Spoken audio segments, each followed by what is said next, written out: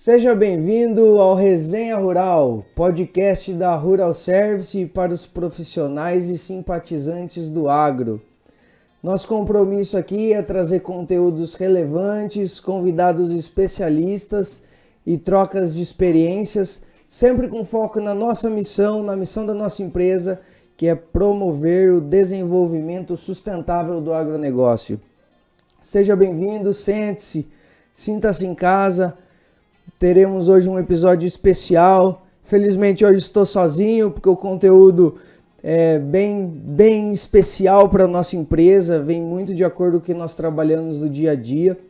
Inclusive foi uma votação que aconteceu, uma enquete no Spotify, então quero agradecer os nossos ouvintes do Spotify que participaram dessa enquete, dessa votação e escolheram o tema de hoje, que vai ser o Plano Safra 23-24.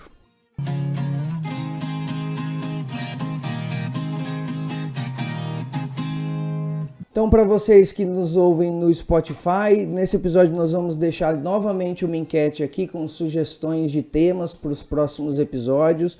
Mas para você que está no YouTube, também podem deixar seu comentário com sugestões de episódios, sugestões de temas, críticas, qualquer coisa que venha aí a contribuir com o desenvolvimento do agronegócio.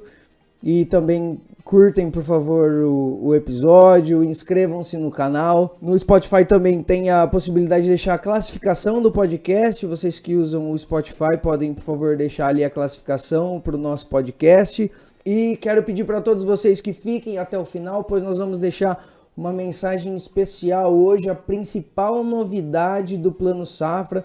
Vou falar bem no finalzinho ali, uma oportunidade aí para todos nós do nosso segmento. Nesse episódio nós vamos abordar um pouco desse incrível tema, né, que é o Plano Safra, cheio de intrigas, se é que podemos usar esse termo. Um tema que mistura o agronegócio com política, com economia, entra governo, sai governo. O Plano Safra sempre é muito debatido, um assunto muito importante, além do segmento do agro, né, para todo o país, pois envolve, no fim, contribuição de todos nós, né?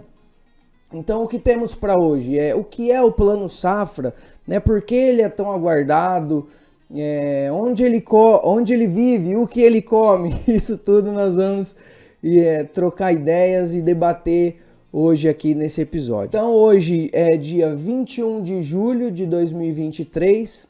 O Plano Safra ele foi lançado no comecinho do mês agora, no final do mês passado já era amplamente debatido, né? Então nós vamos hoje mapear todo esse universo do Plano Safra, que é uma política de Estado brasileira, é uma política que parte do governo brasileiro no objetivo de fomentar e incentivar o setor agropecuário do Brasil, todo o setor do agronegócio, disponibilizando recursos financeiros e outras medidas de incentivo para o setor, impulsionando a atividade agrícola, não só no sentido de aumentar a produção, aumentar a produtividade, mas também melhorar a qualidade da produção agropecuária brasileira.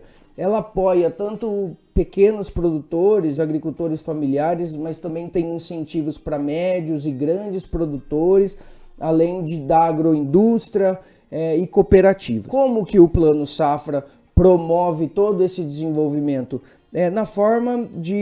No sentido de aumento de produção, aumento de produtividade, principalmente por meio de fornecimento de recursos e incentivos para os agricultores investirem nas suas atividades. Também, além do aumento de produção, aumento de produtividade, ele também pode estimular a produção de alimentos específicos, alimentos básicos, por exemplo, direcionando recursos para políticas de arroz, produção de arroz, milho, feijão, que são alimentos sim, do dia a dia do povo, né? Então, por exemplo, pode ter a população precisa se alimentar com esses alimentos básicos, mas economicamente para o produtor pode ser que outra atividade seja mais atrativa. Então o governo traz políticas no sentido de incentivar que os produtores possam continuar a produzir esses alimentos que são tão importantes para a nossa sociedade, né? Além de apoiar diretamente a agricultura familiar, que é uma política importante no sentido de produção de alimentos a nível local, né? Porque normalmente se produz em regiões mais afastadas, por exemplo, com pouca infraestrutura, a produção da agricultura familiar é imprescindível para manter, para sustentar essas populações. Além do investimento em tecnologia, no sentido de fomentar pesquisa e desenvolvimento, e proteção aos agricultores, aos agropecuaristas, no sentido de proagro e seguro agrícola. Então o Plano Safra também tem esse papel de fomentar e apoiar essas políticas de seguro, de proteção, de garantias de produção agropecuária. Então, pessoal, vocês devem se perguntar, principalmente quem não é do setor, o meu rico dinheirinho ali da minha contribuição, do meu imposto, vai para outro setor que não é o meu, né? Você que não é do agro deve estar pensando nisso. Sim. Então todo o governo ele fornece esse tipo de subsídio, esses tipos de incentivo para o setor agropecuário. Por que isso, né? Porque além de ser uma política de segurança alimentar, então para que sempre nós tenhamos alimentos sendo produzidos no país, disponibilidade de alimentos, ele fornece estabilidade também para o setor que, como vocês devem ter visto nos últimos anos, tem segurado, tem mantido a economia. Em meio a essas crises que nós tivemos, pandemia e dificuldades econômicas aí na maioria dos setores, nós temos observado a agropecuária, o setor agro aí, sustentando o PIB e mantendo níveis elevados de resultados para todo o país, né?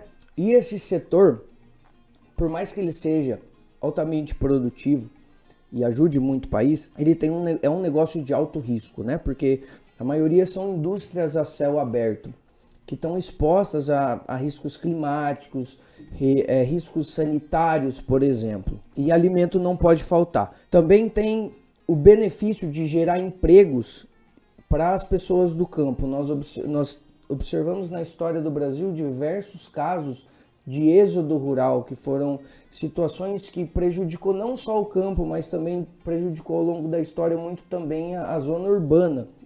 E essas políticas também têm o incentivo de manter a população da zona rural e trazer essa estabilidade da densidade demográfica brasileira. Contribuir para a geração de divisas, que é muito importante para os países que dependem da exportação, né? Geração de divisas é a capacidade de gerar receitas em moeda estrangeira, como muitos dos produtos agro são commodities, por exemplo, então eles são negociados, são dolarizados, né? Então nós negociamos em moeda estrangeira, o que é muito importante para o Brasil, que depende muito das exportações para manter o seu PIB. Agora, na prática, como funcionam esses benefícios, essas atividades? Quais são as principais linhas de ação do Plano Safra para promover todo esse desenvolvimento, essa ajuda ao setor?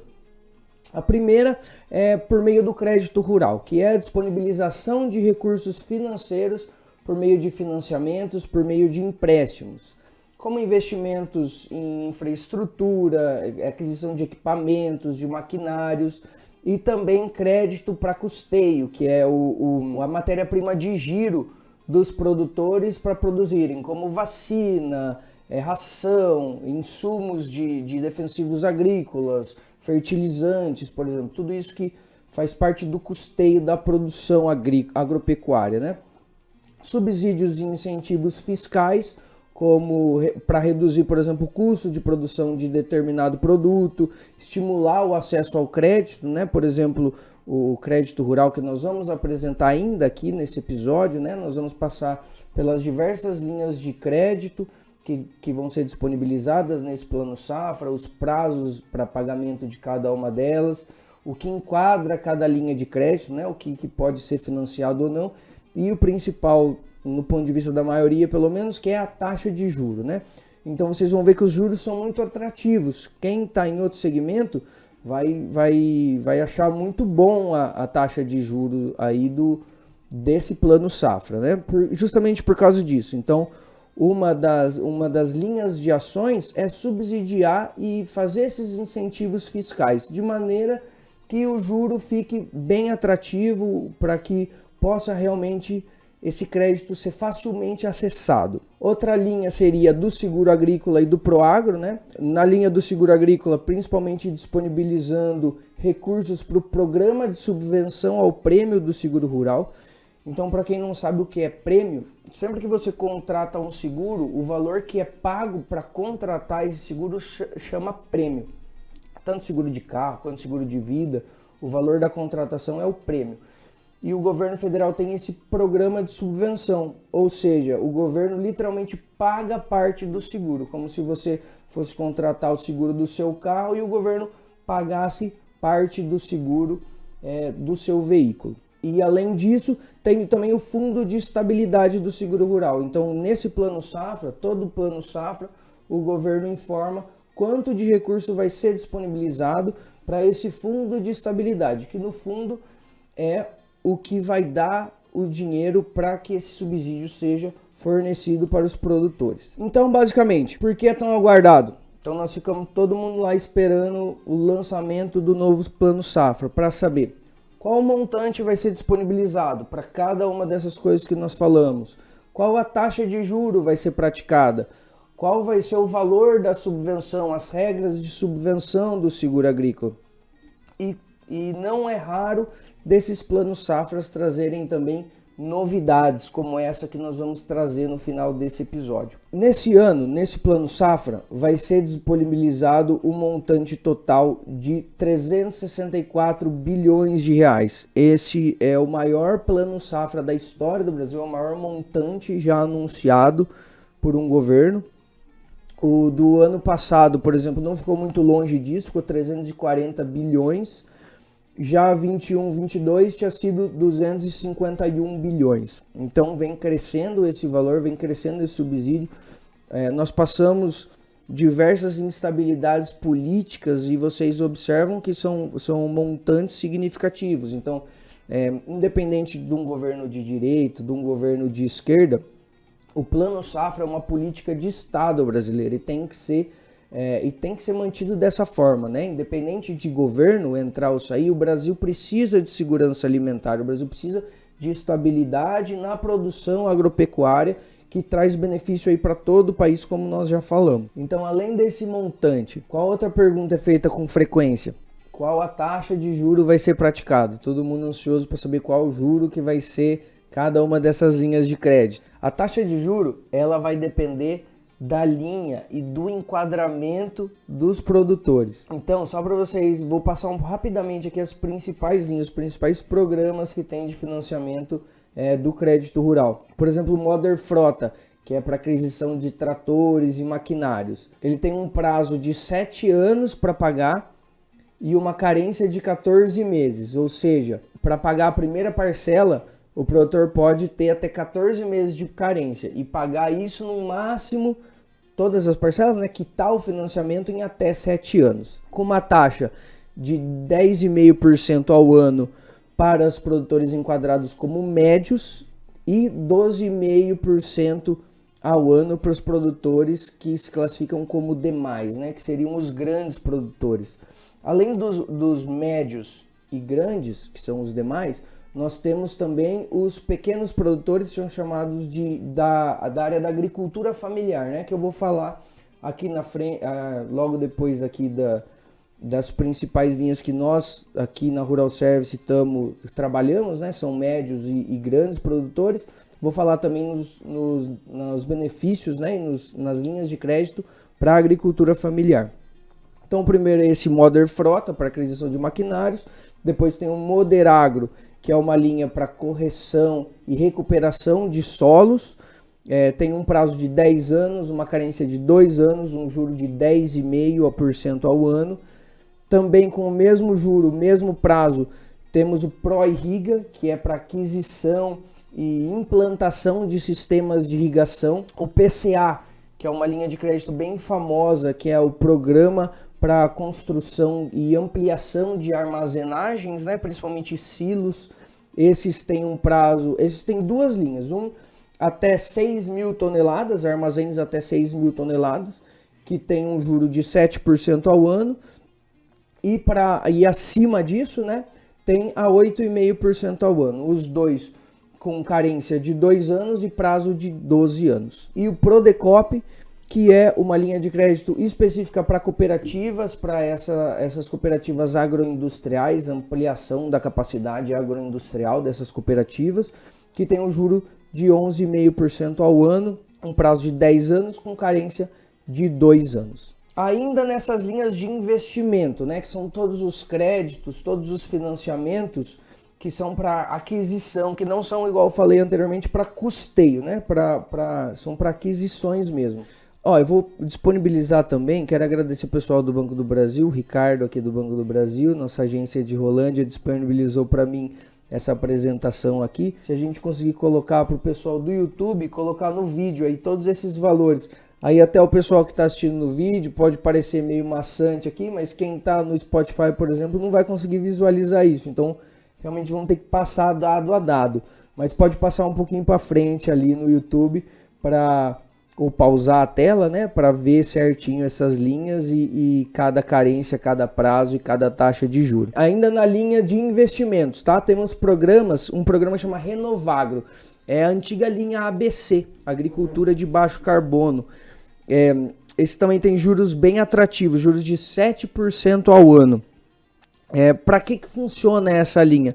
Principalmente para recuperação de áreas degradadas, recuperação e manutenção de áreas de preservação permanente. Então o produtor rural ele pode adquirir recursos para essa finalidade, um juro de 7% ao ano. E também eles deixam aqui Renovagro como demais, né, como outras atividades que sejam com foco na sustentabilidade da produção agropecuária, com juro de 8,5% ao ano. Eles não deixam claro quais são esses enquadramentos, né, que entram nas demais finalidades do Renovagro, mas tem essa disponibilidade aqui, né, o produtor que conseguir comprovar que vai captar esse recurso para investir numa finalidade de sustentabilidade, fazer um investimento na área da sustentabilidade, pode acessar um crédito de 8,5% ao ano. Todas as linhas Renovagro têm limite de 5 milhões por beneficiário, prazo de 12 anos para pagar, com carência de até 8 anos. Então, uma baita carência que tem aqui para a gente investir em sustentabilidade. Eu diria que esse é a grande novidade desse governo. Não é a novidade que eu vou apresentar no final. É uma novidade bem específica que envolve um benefício na taxa de juro mesmo. Mas ele tem diversos benefícios assim na linha, como essa carência de 8 anos aqui para a linha Renovagro, para quem quiser investir em sustentabilidade. Então eles bateram forte aí nesse novo Plano Safra. Outra linha que temos, bem famoso, já bem antigo, é o Inovagro. O Inovagro é um programa para investir em computação, software, esse tipo de monitoramento remoto, coisas mais tecnológicas, vamos dizer assim, né? Que tem um limite bom de 1,3 até 3,9 milhões por beneficiário. Então você pode pegar até 3,9 milhões de reais, com um prazo de 10 anos para pagar, carência de 2 anos, num juro de 10,5% ao ano. Então quem quer investir aí em softwares de monitoramento, ERP, inclusive quero deixar aqui para quem não acompanhou nosso episódio sobre agricultura digital com o Daniel, vocês estão lá, um episódio bem bacana, pode dar insights aí para quem quer acessar essa linha de crédito. Pronamp, agricultores médios aí que tem alguns benefícios, algumas taxas de juro mais atrativas. Quem se enquadra no Pronamp, né? Quem é o médio produtor pelas normas do governo? Antigamente eram produtores que tinham receita bruta anual de 2,4 milhões de reais. Só que como nós tivemos aí essa alta no preço das commodities, ficou muito inflacionado, né, por conta de guerra, de pandemia e tal. Eles aumentaram essa faixa para 3 milhões de receita bruta anual.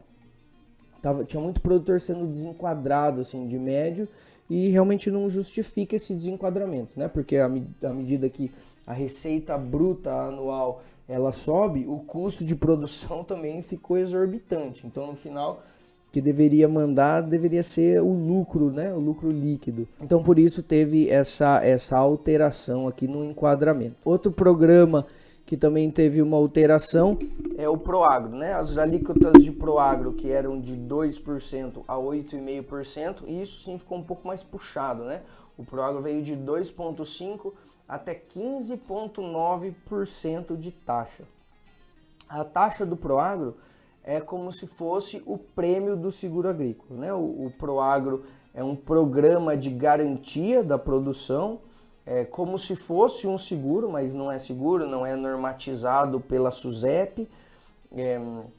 E esse custo para aquisição do Proagro, para contratação do Proagro, chama taxa. Então, tem taxas que vão até 15,9% do valor financiado. Bom, aqui passamos por todas as linhas de investimento, então de aquisição, e agora temos as linhas de custeio, né, que são os bens que custeiam a produção do agropecuarista. Quem é enquadrado em Pronamp, que é o médio produtor, já falamos ali o limite, ele tem um teto de R$1,5 milhão por CPF para aquisição desses financiamentos numa taxa de 8% ao ano. Essa taxa se manteve do ano passado. A gente acompanhou o murmurinho ali da taxa de juros, se o Banco Central ia reduzir a taxa de juros, tal.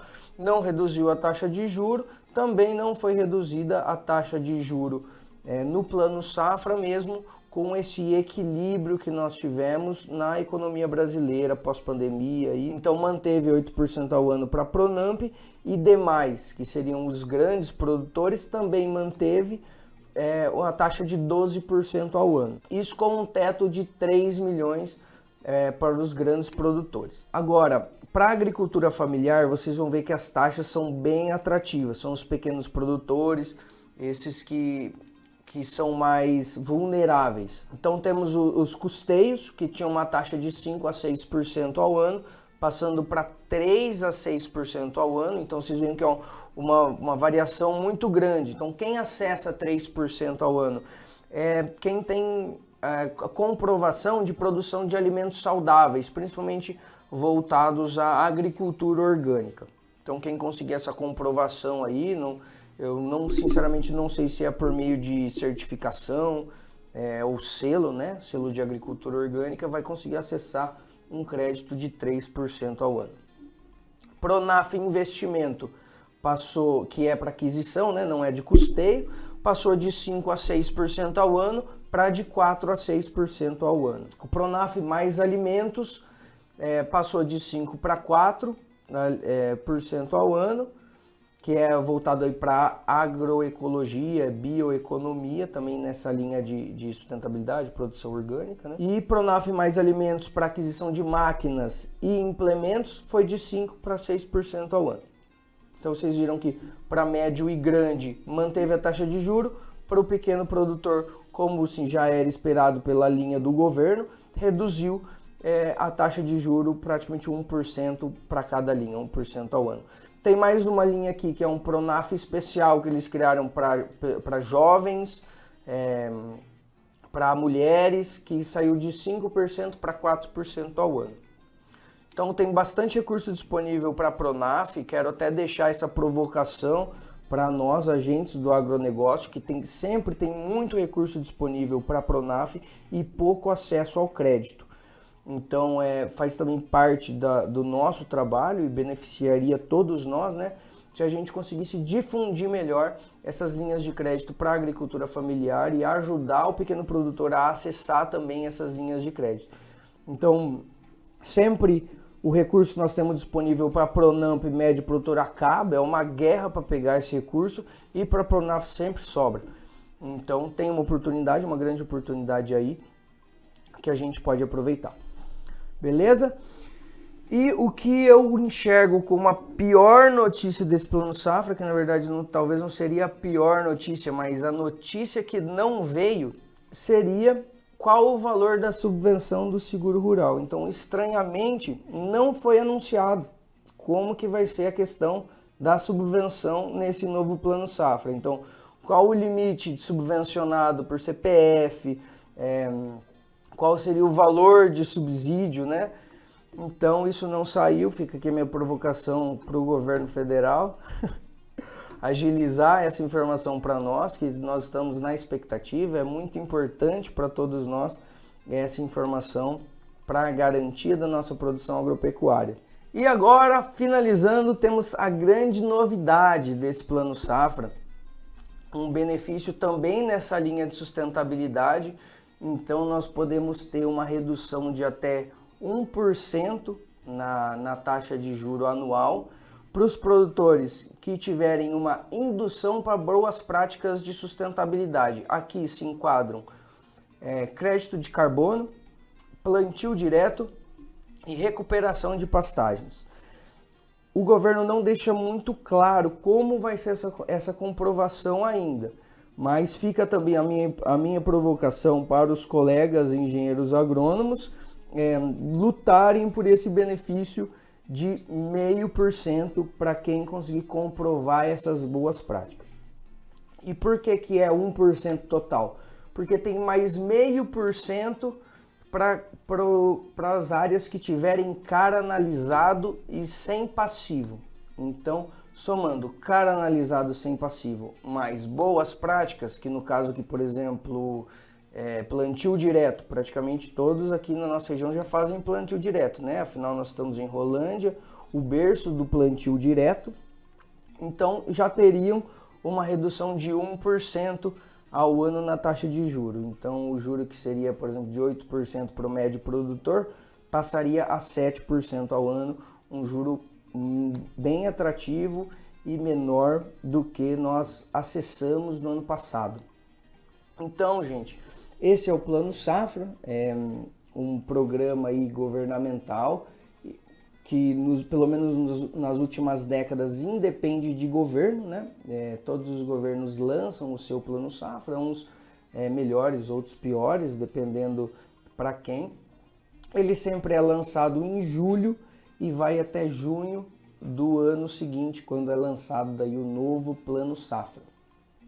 Certo? Esse episódio eu tô sozinho, um episódio bem tacado, bastante informação, né? Mas espero ter agregado conteúdo aí para vocês.